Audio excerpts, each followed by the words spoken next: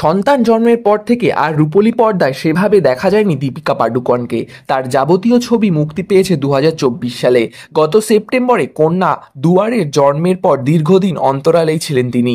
তবে ধীরে ধীরে ফিরছেন কাজের দুনিয়ায়। মার্জার সরণিতে দেখা গিয়েছে তাকে।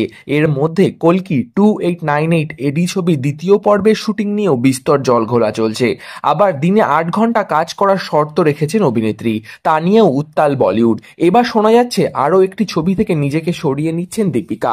গত বেশ কয়েক বছর ধরেই অপেক্ষায় ছিল বলিউড। 2015-এ হলিউড ছবি দ্য ইন্টার্নের রিমেক হবে। সেখানে মুখ্য চরিত্রাভিনেত্রী অ্যানি হাথওয়ের জায়গায় অভিনয় করার কথা ছিল দীপিকার।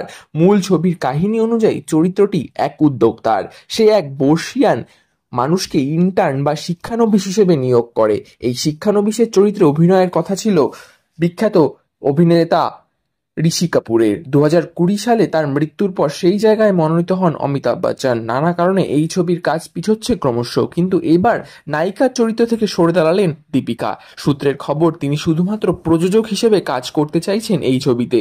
অভিনেত্রীর ঘনিষ্ঠ এক সূত্র দাবি করছে এবার দীপিকা অভিনয় থেকে দূরে থাকতে চাইছেন, যাতে তিনি প্রযোজক হিসেবে আরও সময় দিতে পারেন, সৃজন পরিকল্পনা করতে পারেন নতুন করে।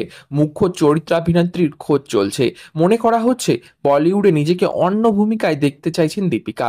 তার পরিকল্পিত 5টি কাজের প্রথমটি দ্য ইন্টার্ন। সূত্রটি বলছে আগামী বছরে দীপিকা এমন গল্প শোনাতে চাইছেন যা সারা বিশ্বের কাছে গ্রহণযোগ্য হবে। দীপিকাকে অবশ্যই শীঘ্রই কিং ছবিতে দেখা যাবে শাহরুখ খানের সঙ্গে।